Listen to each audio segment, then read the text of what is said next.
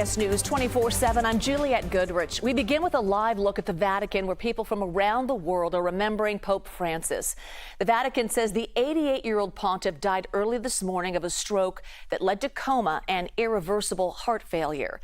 His death came just hours after he made his final public appearance on Easter Sunday. The Catholic Church has begun a 9-day period of mourning. Vatican officials will preside over a solemn ritual, placing the Pope's body in a coffin, which will eventually be placed at St. Peter's Basilica. Pope Francis will lie in state there for several days to allow people to pay their respects. The Pope will be buried between the 4th and 6th days of mourning at the Basilica of St. Mary Major, a 5th century church in Rome dedicated to the Virgin Mary. The Vatican held a rosary prayer in St. Peter's Square in its first public commemoration. Francis earned the nickname the People's Pope during his 12 years leading the church. CBS News Papal and Vatican contributor Monsignor Anthony Figueiredo joins us live now from Rome. Monsignor Figueiredo, thank you so much for being here on this very solemn day. Why don't we first begin with the legacy that the Pope meant to the Catholic Church? I think, thank you. Such an emotional roller coaster for us, the whole church as priests. We've not only lost a pope, personally, we've lost a father. What is his legacy? 3 days ago, Pope Francis was in a prison. He met the prisoners. Yesterday, he went around the square of St. Peter's and began to greet people. He wanted to bless them, he wanted to love them, he wanted to welcome them. He said to parents, bring your children into my Pope-mobile. That is the legacy of Pope Francis. He's the people's Pope. He wants to be with people, he wants to love them, he wants to care for them. Pope Francis, from the beginning of his papacy, said, this is a field hospital. The church is not a place for the selected. It's a place where everyone is very, very welcome. And his papacy has continued in that direction. People are excluded. It may be the immigrants. It may be the disabled. It may be the aged. It may be the people who are disabled. Pope Francis wants to reach out to everyone to the very end of his life. Remember, his very last words, Happy Easter, and then he went on into a Pope-mobile, greeted everyone in the square. I believe that is his great legacy. I'm a Pope of the people. I am the people's Pope. How very special to have had that moment on Easter Sunday. Can you explain to us what happens after a Pope dies? I will, thank you, yes. It's amazing, you know, the church has a very well-oiled machine. So we have a pope who has died. Now, this evening we are in St. Peter's Square. This evening we have the Camerlengo, the Chamberlain of the Pope who has gone, certified the death of the Pope, sealed the apartments, crushed the ring of the Holy Father, which said this is the seal that seals every single document of our papacy. The Pope now has died. Now we enter into a new period, an interregnum, a period between the death of this Pope and the next Pope. What happens now? The Pope's death has been certified. He is laid out in Santa Marta. On Wednesday, the Pope will be carried into St. Peter's Basilica. Thousands, hundreds of thousands, will go and venerate this Pope. They loved this Pope. He loved them. On a date that has yet to be decided, the funeral will take place. That must take place 4 to 6 days after the death of the Pope. This will take place in the days ahead. The Pope will be buried, not in St. Peter's Basilica. Another great change. because the Pope has said his testament came out this evening, a beautiful last will and testament. I want to be buried in my favourite church dedicated to the Virgin Mary, St. Mary Major. It's amazing. That is a beautiful testament. He says, I want to be buried in the ground. I want to be buried with the people. I want to be buried with my name, Francis, not Pope Francis, but Francis. This is amazing for every one of us. Once Pope Francis is buried, then we think about the next Pope. So cardinals begin to arrive in Rome, and they begin to say, what is the date of the next conclave? What are the issues we need to discuss? The conclave must take place 2 weeks, 15 days after today, and so we moved together towards a new Pope. It's an amazing moment of history, really amazing for us, for the whole church, for the whole world. Well, we thank you for being here on this moment and sharing that and the history and legacy as well. Thank you, Monsignor Figueiredo. The selection of Pope Francis brought many firsts to the Catholic Church. He was the first pope to choose St. Francis of Assisi as his new name, calling St. Francis the man of poverty, the man of peace, the man who loves and protects creation. He was both the first pope from the Americas and the first non-European pope, being born in Argentina. He's also the first Jesuit pope. The Jesuits are a religious order focused on education, ministry, and finding God in all things. The White House is also honoring the life of Pope Francis by flying flags at half-staff. And that is where we find CBS News White House reporter Olivia Rinaldi. So, Olivia, President Trump just posting an update on Truth Social. What did he say? And Julia, we have a little bit of news here. President Trump says he and First Lady Melania Trump will be heading to Rome for the funeral of Pope Francis. Now, we don't know when that funeral will be, but as we just heard from the Monsignor there, it's anywhere between 5 days and 7 days after the Pope passes. So at some point within the next week, the president says he will be heading to Rome to celebrate the life of Pope Francis. And as you note as well, flags are flying here today at half-staff on this Easter Monday. We also heard from the president earlier today during the Easter egg roll, a tradition that unfortunately was overshadowed today by the death of Pope Francis. Take a listen to what he had to say here about honoring the late Pope. He was a good man, worked hard, he loved the world, and it's an honor to do that. Also quite notable yesterday, Vice President J.D. Vance was in Rome for Easter Sunday, where he actually met with the Pope face-to-face for just a few minutes. Now, advisors I spoke to on the Vance team were not sure that that meeting would happen, given that Pope's health has been deteriorating over the last several months, but they were able to have that meeting, and it was the last meeting that a U.S. official had with this Pope, unfortunately, as he passed. Now, Vance is continuing on that trip on to India, but we are told that flags will continue flying here at half-mast until the sunset on the day of internment for the Pope. And as we noted earlier, the president is expected to attend that funeral with First Lady Melania Trump.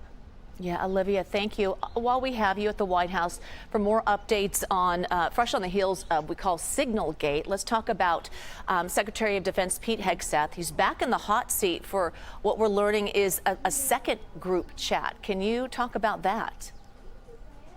Yeah, we learned about this over the weekend, a second Signal group chat where Defense Secretary Pete Hegseth had shared information, and in that group chat included his wife, who is not a Department of Defense official, but also his brother, who is his brother, and Tim Parlatore, who is a lawyer who is working with Hegseth. So quite notable there. Now, the Department of Defense is saying that no classified information was shared in that group chat, but nonetheless remains that the Defense Secretary is still sharing some information about related strikes to the Houthi rebels in Yemen on Signal, which is an encrypted chat, but not exactly the most secure channel to be discussing those types of things.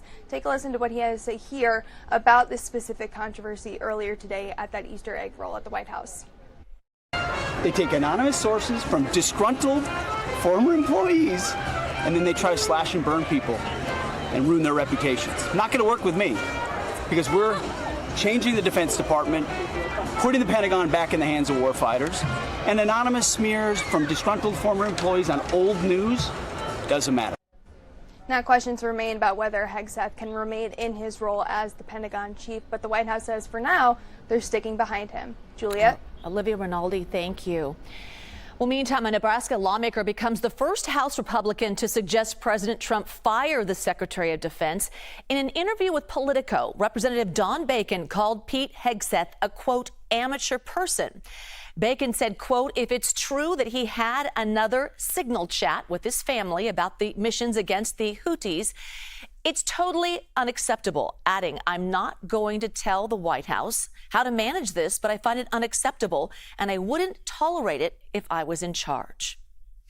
All right, on to Wall Street. Stocks sink in the face of tariff uncertainty and President Trump's escalating attacks on Federal Reserve Chair Jerome Powell. So the closing bell rang just moments ago. The Dow fell nearly 1,000 points. The S&P 500 down more than 2.6%. So let's take you over here to our interactive stock market heat map. This is brought to you by FinViz, showing the top 500 stocks today. Practically everything in the red, as you can see. CBS News Money Watch correspondent Kelly O'Grady here now to break it down and walk through what's happening in the markets today. Hi, Kelly. Hey there, Jules. Yeah, another big day in the red to kick off the week. There's really two things that drove the markets down today. And one, as you mentioned, is this back and forth when it comes to the Federal Reserve. So we saw a little bit of back and forth between President Trump and Fed Chair Powell last week. That continued this morning when just after the markets opened, right around 9:40, President Trump, I do think we have the post, I'll read from it, said in part, preemptive cuts in interest rates are being called for by many.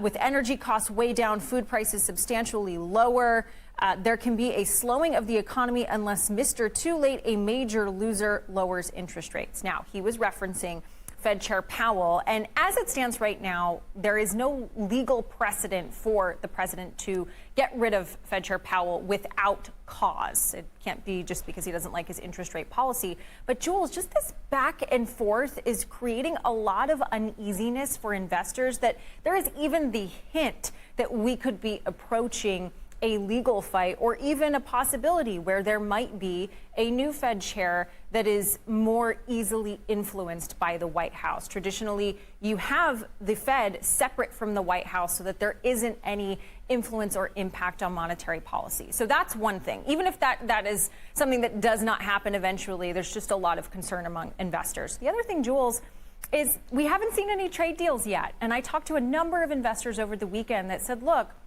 we were excited after the White House's reciprocal tariffs were put on pause for 90 days, but we are not seeing any of these trade deals that the White House has teased come to fruition.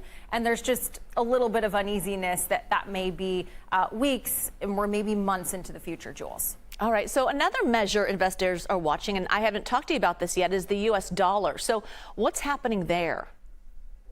So the value of the dollar, which is very important, right? Think about whenever you go abroad and you change your money, it's always good for the dollar to be of higher value than that currency because your dollar goes further. Or if you're a company that's buying from another country and importing, you want your dollar to go further. So the dollar value has dropped to its lowest levels since 2022.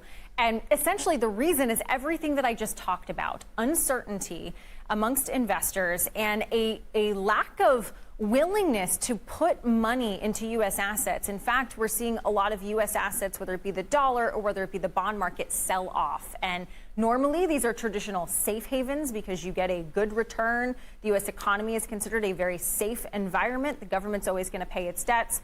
But with all of this talk of the Fed and just tariffs and trade war in general, investors are not feeling as comfortable about the U.S. dollar and the U.S. economy, Jules. All right, Kelly O'Grady. Kelly, thank you.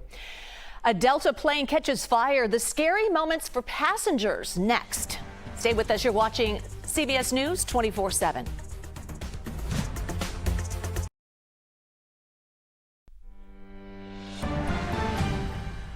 The The Supreme Court has put a pause on deportations of Venezuelans under the Alien Enemies Act. Justices Clarence Thomas and Samuel Alito dissented. So this comes after an appeal by the American Civil Liberties Union. CBS News Department of Justice reporter Jake Rosen is live. So, Jake, thanks for joining us. What does this mean and what comes next in the case?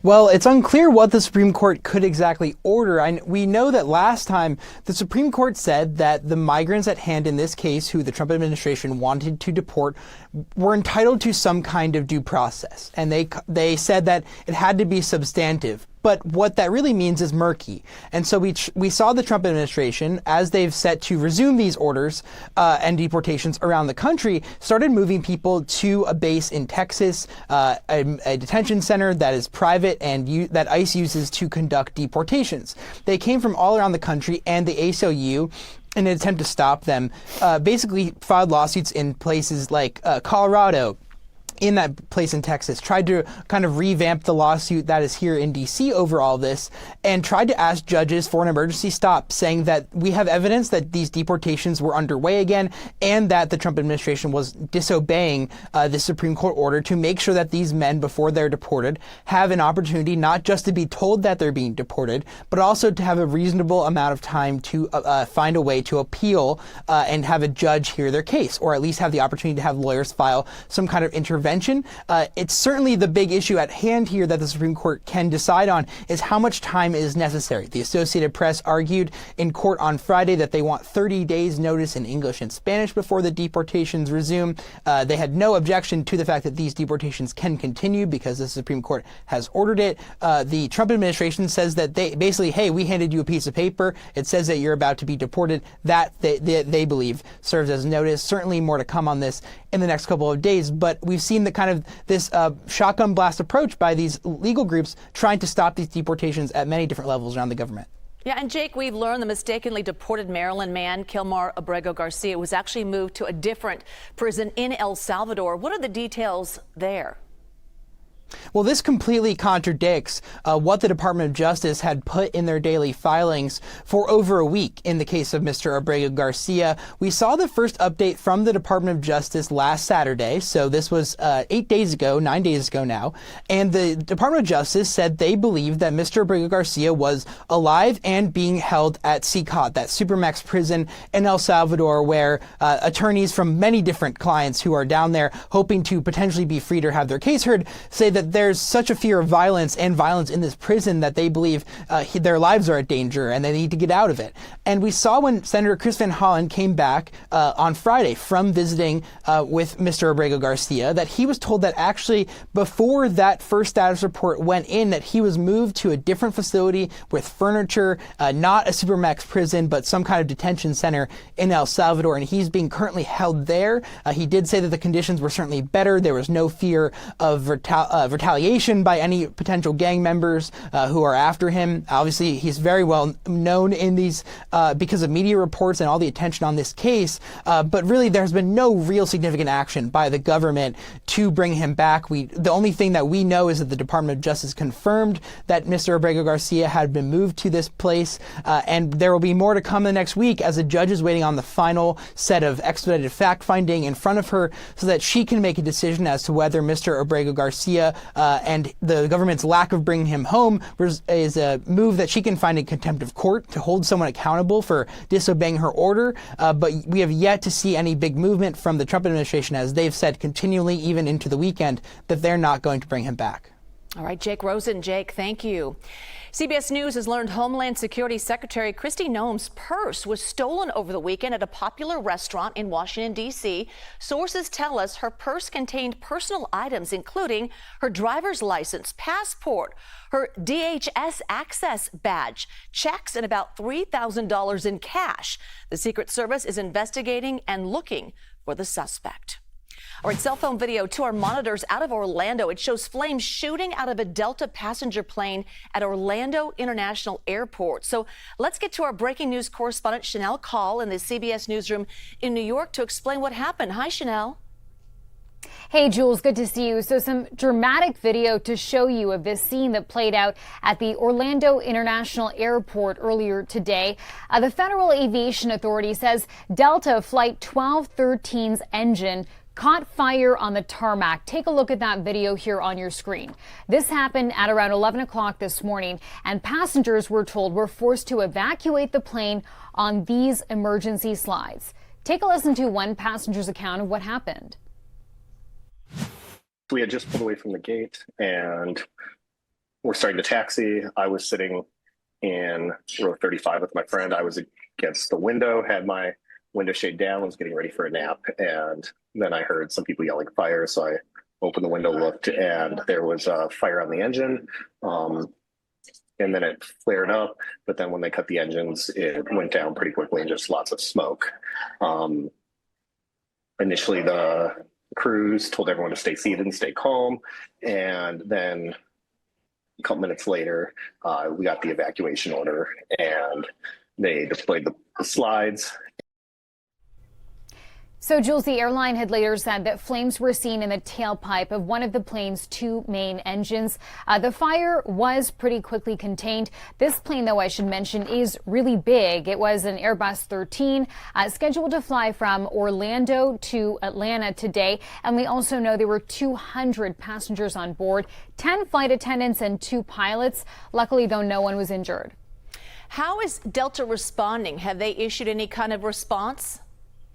Yeah, in a statement, Jules, Delta says, quote, "We appreciate our customers' cooperation and apologize for the experience. Nothing is more important than safety, and Delta teams will work to get our customers to their final destinations as soon as possible."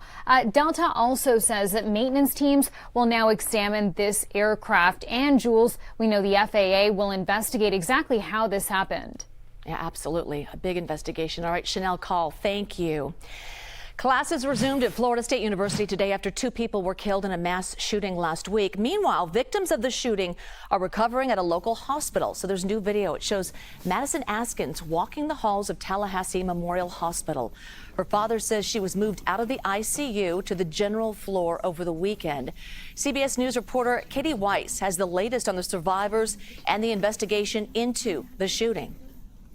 Well, we've just received word that 3 total victims who were shot in this attack here on FSU's campus have been released from the hospital as of Monday. And we're told that 2 other people who are still in the hospital are expected to be released later this afternoon, which is certainly some good news in the midst of this tragic event that did claim the lives of 2 men who were working on campus. We're told 1 other person remaining in the hospital is still in good condition.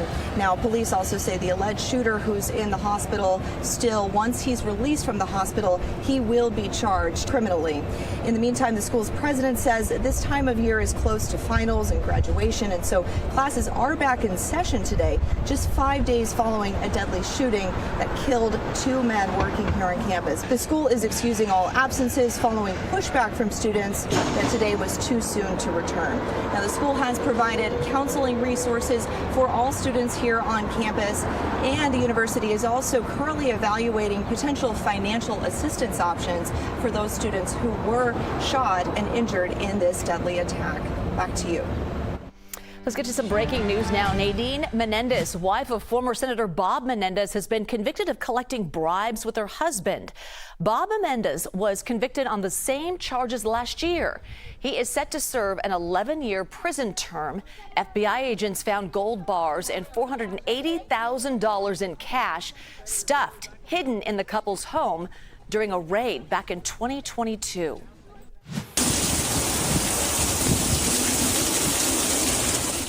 Deadly storms hitting parts of the U.S. over the weekend. Here's video in central Arkansas. It shows heavy rain just pounding the area.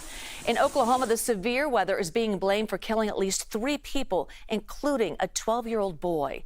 CBS News correspondent Jason Allen reports on the damage from hard-hit communities like Ada, Oklahoma. There's pretty significant damage on the north side of Ada, Oklahoma from this storm system that came through Saturday night and then into Sunday. One of the buildings that probably has some of the most damage is this hotel back here. The entire roof ripped off of that hotel. There's some long-term residents there, so sheriff deputies saying they had to move about 24 people and find a new place for them. Then the tornado comes and hits this business right next door. This was a portable business, a portable building business. So I was just talking to the owner who told me he had 20 different sheds and outbuildings and tiny homes and carports, and now all of it basically look like it's in one big pile. This is next door to a car dealership, and all of this debris was thrown into the garages, some of the service shops that they had here at the car dealership. At least preliminarily, with the Weather Service looking at this and their survey teams, they're talking about possibly an EF1 tornado, so winds more than 100 miles per hour. And Ada was just hit by a storm a month ago in a different part of the city, so they finished cleaning up from that, and now they have this. And the severe weather threat isn't over. Storms are expected to spark up into the middle of this week again, bringing more potentially damaging wind and hail to this region. Jason Allen, CBS News in Ada, Oklahoma.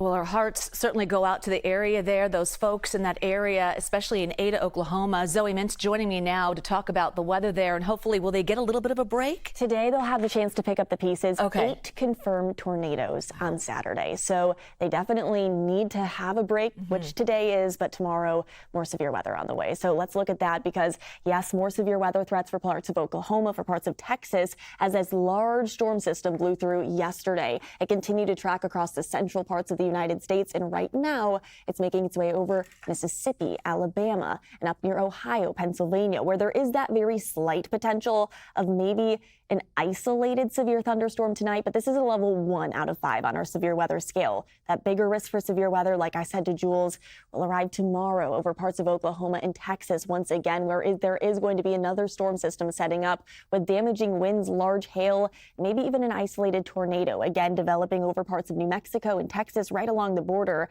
and then continuing to travel up to parts of Oklahoma. So let's break down the details on the timing of that upcoming system, because again, it is not going to arrive until later tomorrow afternoon and evening. Today's frontal boundary really is only going to bring that better potential of heavy rain and severe weather down across Mississippi, Alabama, and maybe parts of Ohio and Pennsylvania. That heavier rain will stick around overnight and into early tomorrow, where upwards of 2 inches of rain is expected along that Mississippi-Alabama border. The bigger potential for severe weather, though, again, will be popping up tomorrow afternoon and evening, and it will continue again to track along Texas over to Oklahoma, where large hail and damaging winds definitely going to be that biggest threat, especially over the panhandle of Florida and up to the panhandle of Oklahoma. We are going to be seeing about a 15% risk of hail over an inch in diameter and gusty winds over 60 to 70 miles an hour. The good news with this system, if there is any, is that the tornado risk is very, very small. If it does happen, it'll be right along that Texas-New Mexico border, where we're all going to be keeping our eyes on it.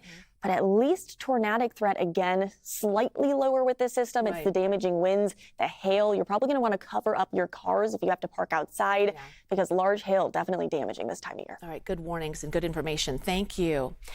Millions of people are remembering Pope Francis. Will have much more reaction from across the country next.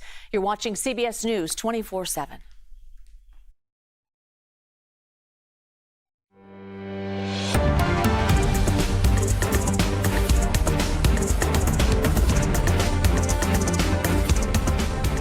We continue our coverage of the death of Pope Francis with a live look out at Vatican City.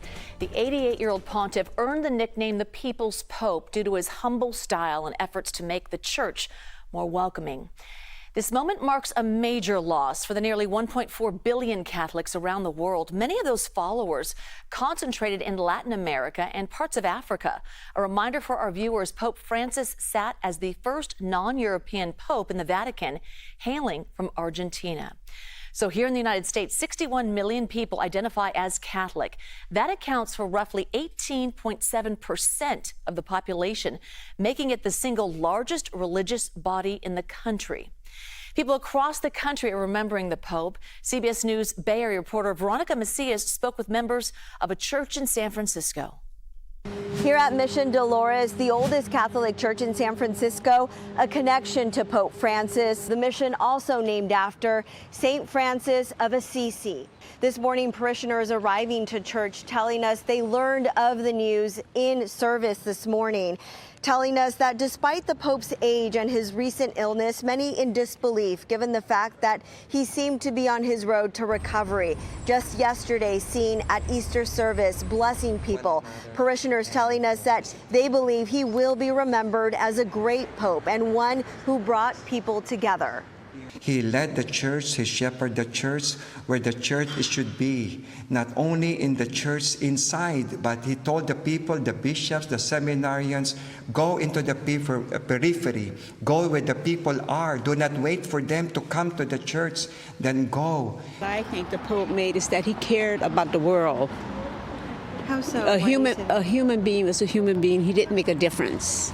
His ability to relate to people, because he just lit up any space that he went to, and he made an effort to reach out to particularly women and children.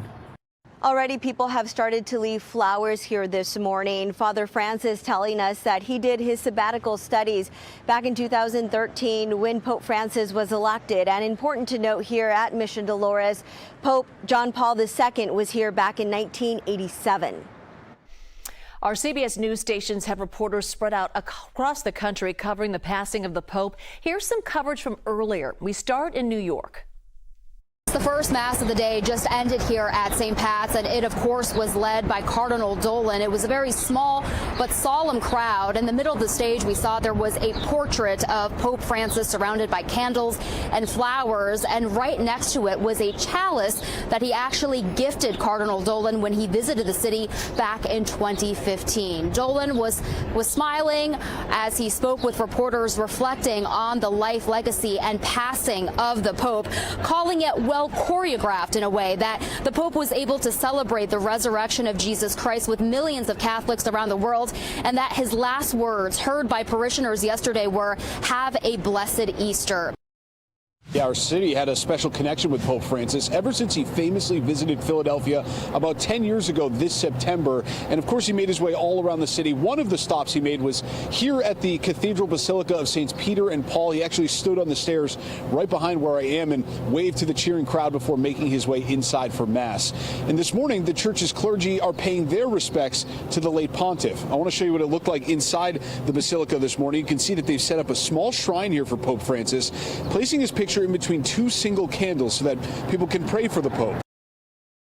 I want to note that we just heard church bells here ringing for about 5 minutes straight at the end of the 8 o'clock Easter Monday morning Mass here at Holy Name Cathedral. We know so many people have been showing up for Mass here this morning for the holiday, but also because of this news of Pope Francis passing away. I want to quickly touch on a statement that was just released in the last hour by Chicago Mayor Brandon Johnson. He says in part, Pope Francis, the people's Pope, will be remembered as a faith leader who gave voice to the voiceless. We will continue to learn from Pope Francis and take inspiration from the power of his moral clarity.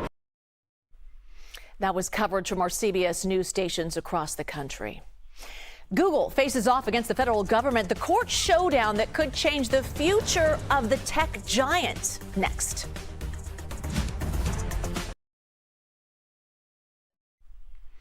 Welcome back. TikToks are going viral, urging people to buy direct from China to avoid inflated prices. But are the videos legit? CBS News confirmed looked into them, so here's what we know. You might have seen these TikToks pop up on your feed recently, urging people to buy direct from China. You won't believe the prices we give you. They follow a similar pattern, telling people to stop buying directly from big-name brands like Nike and Lululemon and to buy from wholesalers instead. Other videos like this are from the factories themselves, urging consumers to buy luxury goods direct from the source instead of the inflated prices they'll get elsewhere, either hiked up by the middleman or as a result of President Trump's tariffs. CBS News confirmed took a closer look. We found at least 7 of these TikTok accounts appear to be connected. They often use the same catchphrases, follow each other online, and show up in each other's content. The people making these videos often have multiple accounts under similar handles, likely so they can keep their followers in case one profile gets banned. We also looked into where some of these brands actually make their products. A Lululemon spokesperson said the company only manufactures around 3% of finished goods in mainland China. Louis Vuitton's manufacturing locations are all in Europe and the US. So are these videos legit? Probably not. Major manufacturers often sign legal agreements to protect the brand's product. The videos are most likely selling a high-quality counterfeit rather than the real deal. But we can't say for sure. The bottom line, if it's too good to be true, it probably is. Our social team has so much great content like this on our TikTok and Instagram pages, so please follow us at the handle CBS News Confirmed and CBS News. All right, the future of Google search is back in the hands of a federal judge. Google and the Justice Department returned to court to fight over the best fix for Google's monopoly in internet search.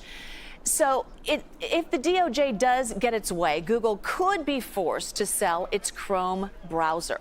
What does all of this mean? Let's bring in tech journalist Yasmin Khorram with the proposal from the DOJ and what is happening in this realm. Well, the DOJ wants to break up Google. Okay. So last August, a federal judge found that Google is acting as a monopolist when it comes to its search engine, search engine Chrome. So DOJ says, let's start here. You should divest Chrome, which is super popular, has nearly 4 billion users worldwide, and more importantly, holds 2/3 of the market. The DOJ also says that Google should disclose consumer data and pull back on investments and acquisitions. If we look back at the original case, it found that Google spent about $20 billion to the likes of Apple and Samsung to make sure that it was the pre-selected internet browser on your phone. So what does that mean? It means more customers equals more data and equals more revenue. The DOJ says that is anti-competitive. Okay, so we do know that Google is pushing back pretty hard on this proposal. Yes. So then what's the argument from Google right now? Yes, so Google is pushing back hard. They say that the DOJ's proposal would hurt consumers, hurt technology, and hurt the economy. They say that, hey, we have invested heavily in making our search engine number one. We shouldn't be punished if we can outpay our competitors for prime placement. They also say that the DOJ's proposals would hurt consumer privacy, consumer security, and it would stifle innovation. Okay, so let's talk about regulatory pressure. I assume Google's facing a lot of that. What else do they face? Yes, so right now, 2 separate federal judges have ruled that Google is a monopoly. This one is about its search engine, and in a separate trial last week, a federal judge ruled that Google runs an illegal monopoly when it comes to its ad tech. So 2 separate judges, monopolies, and this isn't just about the DOJ, and it's not just about Google. We've talked about the FTC. They're taking Meta to court currently, asking them to divest WhatsApp and Instagram. So it really shows this push when it comes to the Trump DOJ, the Trump administration, FTC against big tech. Kind of ironic as we saw them all line up at inauguration, open up their pocketbooks. You know, we've seen them at Mar-a-Lago. For now, it seems like it's not paying off. Okay, well, thank you for breaking it all down. And if you want more of a breakdown, you can check out more of Yasmin's reporting on the Y-axis. Just go to yasminkhorram.substack.com. Y-axis, great name. Okay, thank you so much as usual. All right, our monitors now take us to the 2025 Boston Marathon now. Look at this. CBS News Boston's Paul Burton tells us this year's runners smashed personal bests and set new course records. Just an extraordinary day in Boston in perfect conditions as runners complete the 129th running of the Boston Marathon, crossing the finish line with great achievement and some personal bests. A picturesque day in Boston made for perfect running conditions for the 30,000 plus runners participating in the 2025 Boston Marathon. John Korir of Kenya won the men's race well ahead of the pack, even after falling down early in the race. The last 3 miles was good, was enjoying, people were cheering up, and I was enjoying. American Connor Mans of Utah finished 4th on Monday, and after finishing 2nd last year in Boston, 31-year-old Sharon Lokedi of Kenya won the women's race and set a new course record. In my head, I just was like, if I'm still in it towards the end, I'm just going to give my best. And this year was the 50th anniversary of the official wheelchair division. Marcel Hoog defended his title and won his 8th Boston Marathon, and American Susanna Scaroni won her 2nd Boston Marathon title in the women's race.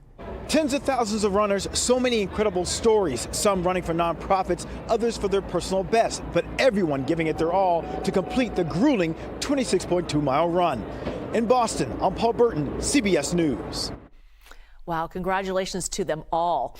Our coverage of Pope Francis continues. Last year, CBS News' Norah O'Donnell sat down with the Pope for a historic interview.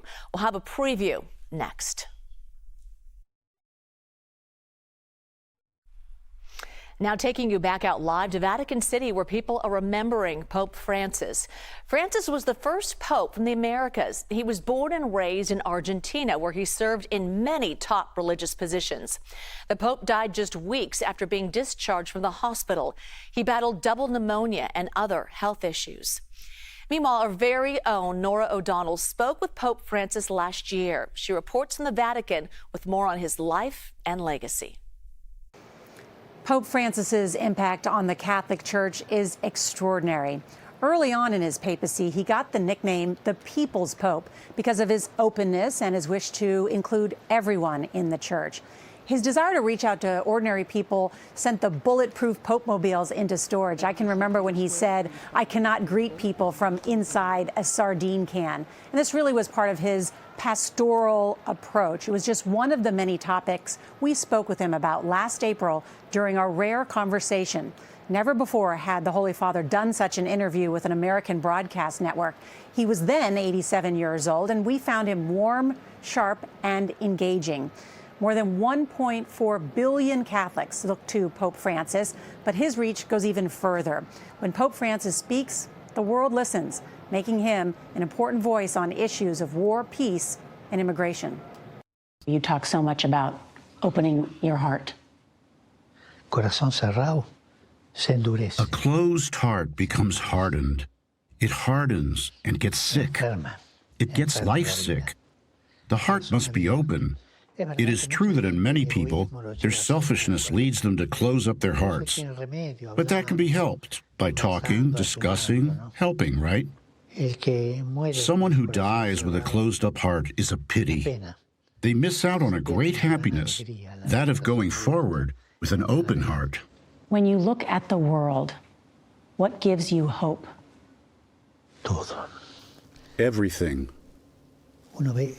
You see tragedies, but you also see so many beautiful things.